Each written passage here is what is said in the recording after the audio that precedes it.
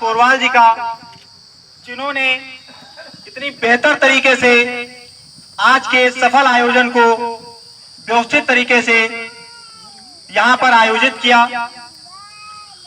मंच पर आसीन हमारे जिले के महासचिव लौकुश यादव जी, जिले के उपाध्यक्ष अबू सईद जी, जिले के उपाध्यक्ष रियाजुद्दीन जी और हमारे कार्यकारिणी सदस्य राजीव वर्मा जी, सचिव आसिम जाफरी जी, कार्यकारिणी सदस्य अंकुल वर्मा जी मंच पर आसीन हैं। उन सभी का भी हार्दिक अभिनंदन करता हूं। और हमारे मंच पर उपस्थित श्री रमेश चंद्र वर्मा जी भी उपस्थित हैं, उनका भी हार्दिक अभिनंदन है। श्री मदन गुप्ता जी, श्रीमती रंजना देवी जी, श्रीमती पूनम गुप्ता जी, श्री अनीस बाबा जी, कमलेश पांडे जी, पवन कुमार शुक्ला जी, श्री अमन पोरवाल जी, श्रीमती उर्मिला जी, श्री कौशल जी और जितने भी लोग यहाँ पे बैठे हैं, मैं सभी का हार्दिक अभिनंदन करता हूँ। जिनके नाम नहीं ले पा रहा हूँ उनसे क्षमा भी चाहता हूँ। सीधे सीधे मैं अपनी बात पे आता हूँ कि 2014 के बाद 2017 में 2019 में हम सब ने एक ऐसी सरकार चुनी, एक ऐसी आशाओं से चुनी कि जिंदगी हमारी कुछ आसान हो सके, जिंदगी की मूलभूत सुविधाएं, लोगों की मूलभूत सुविधाएं सरकारों के माध्यम से आप सभी को उपलब्ध हो पाए। इसलिए हमने ऐसी सरकारों को अपने उत्तर प्रदेश में, अपने देश में लेकर आए। लेकिन अगर हम उसके उलट बात करें कि कार्यशैली की, तो उनकी कार्यशैली क्या आप लोग बता सकते हैं? अगर 5 मिनट का अगर समय आपसे चाहूंगा कि आप लोग क्या बता सकते हैं कि ऐसी सरकारों से ऐसा कोई फायदा हुआ है जिससे सीधे तौर पे आपको फायदा मिला हो? कोई भी अगर एक भी आदमी को अगर फायदा मिला हो, हाथ ऊपर करके बता सकता है? हमें लगता नहीं मिला है। आखिर क्यों? क्योंकि हमने चुना था एक किसान हितैषी सरकार को, हमने चुना था एक रोजगार देने वाली सरकार को, हमने ऐसी सरकार चुना था कि जो महंगाई को दूर कर सके। क्या वास्तव में आज हम लोगों के बीच में सारी चीजें हैं? नहीं है। अगर हम बात करें किसानों की, तो जो किसान हमारे दिल्ली पे बॉर्डरों पर बैठे हुए हैं, तो क्या उन्होंने वोट नहीं किया था? क्या इसके लिए वोट किया था कि वहां पर वो बैठ के अपनी बात को कहेंगे और सरकार उसको अनसुना करेगी? क्या कभी आपने सुना है कि जो यहाँ पे 70% आबादी किसानों की है, जो किसान खेती करते हैं उनकी है, उन्होंने एक अहम भूमिका निभाई थी सरकार बनाने में। लेकिन आज स्थिति यह है कि वो अपनी समस्याएं लेकर दिल्ली में बैठे हैं। लगभग 7 महीने हो रहे हैं, कोई सुनने वाला नहीं है उनकी, कोई उनकी सुध लेने वाला नहीं है। सरकारें इतनी सत्ता में मदहोश हैं कि एक भी व्यक्ति उनसे बात करने के लिए नहीं जा रहा है। आखिर ऐसा क्यों? ये आपको सोचना पड़ेगा।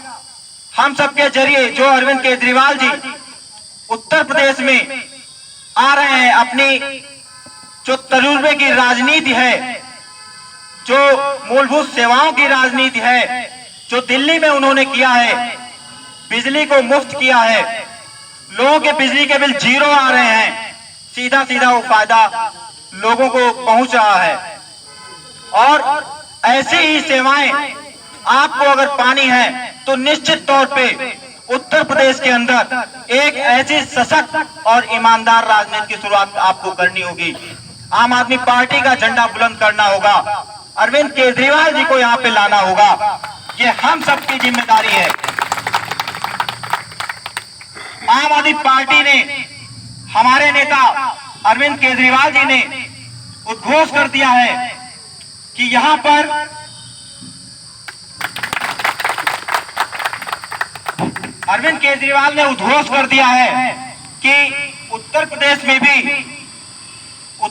में भी आम आदमी पार्टी पूरी ताकत के साथ यहाँ पर आ रही है। और ये आपका दायित्व बनेगा कि उस आम आदमी पार्टी को अपने क्षेत्र में कैसे मजबूत करना है, ये आपको निर्धारित करना पड़ेगा।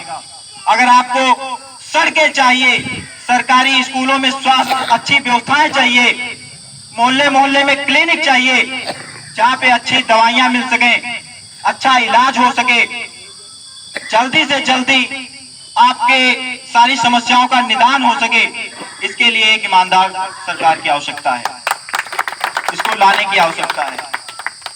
लोगों के आरोप लग रहे हैं दिल्ली सरकार पे कि लोगों को इतनी मुफ्त सेवाएं क्यों दे रहे हैं। महिलाओं की यात्रा फ्री कर दी तो भाजपाइयों ने बोला कि सारी यात्राएं मुफ्त कर देंगे तो घाटा होगा सरकारों का।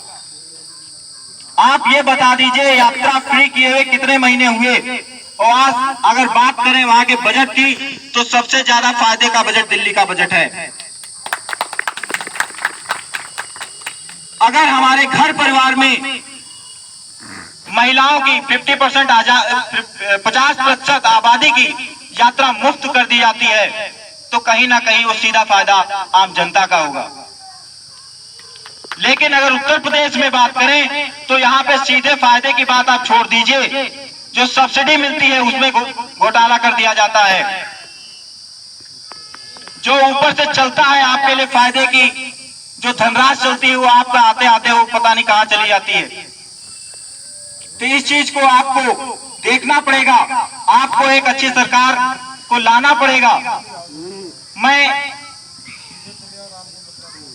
आदम गोड़वी जी की कुछ लाइनें हैं जिनसे आपको सरकार के बारे में रूबरू करवाना चाहूंगा कि अब ये जो मोदी सरकार है लगातार एयरपोर्ट बेच रही है, रेल बेच रही है, भेल बेच रही है, बीएसएनएल बेच दिया है, कार्यालय बंद होने की कगार पे आ गए हैं, सरकारी नौकरियां खत्म कर रहे हैं, रोजगार दे नहीं रहे हैं।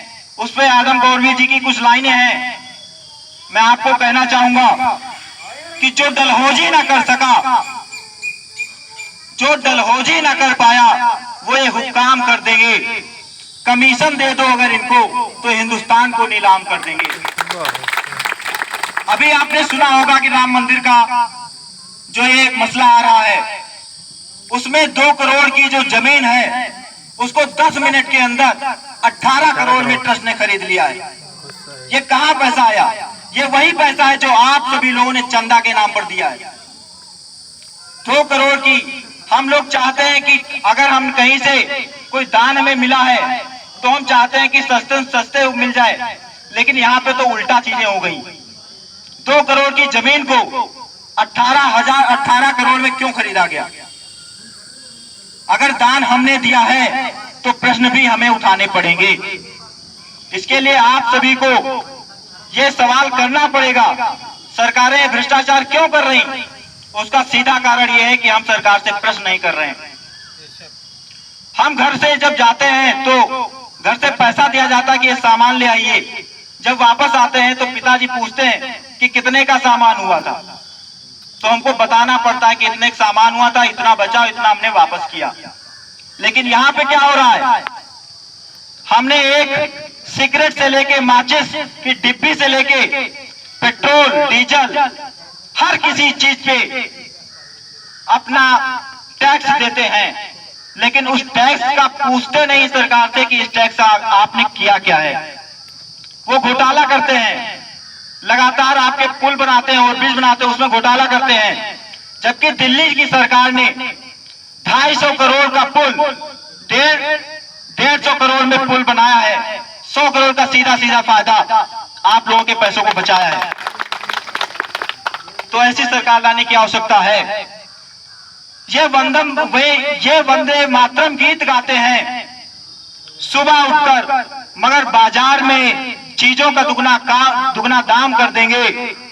सदन में घूस देकर बच गई कुर्सी तो देखोगे ये अगली योजना को घूसखोरी आम कर देंगे।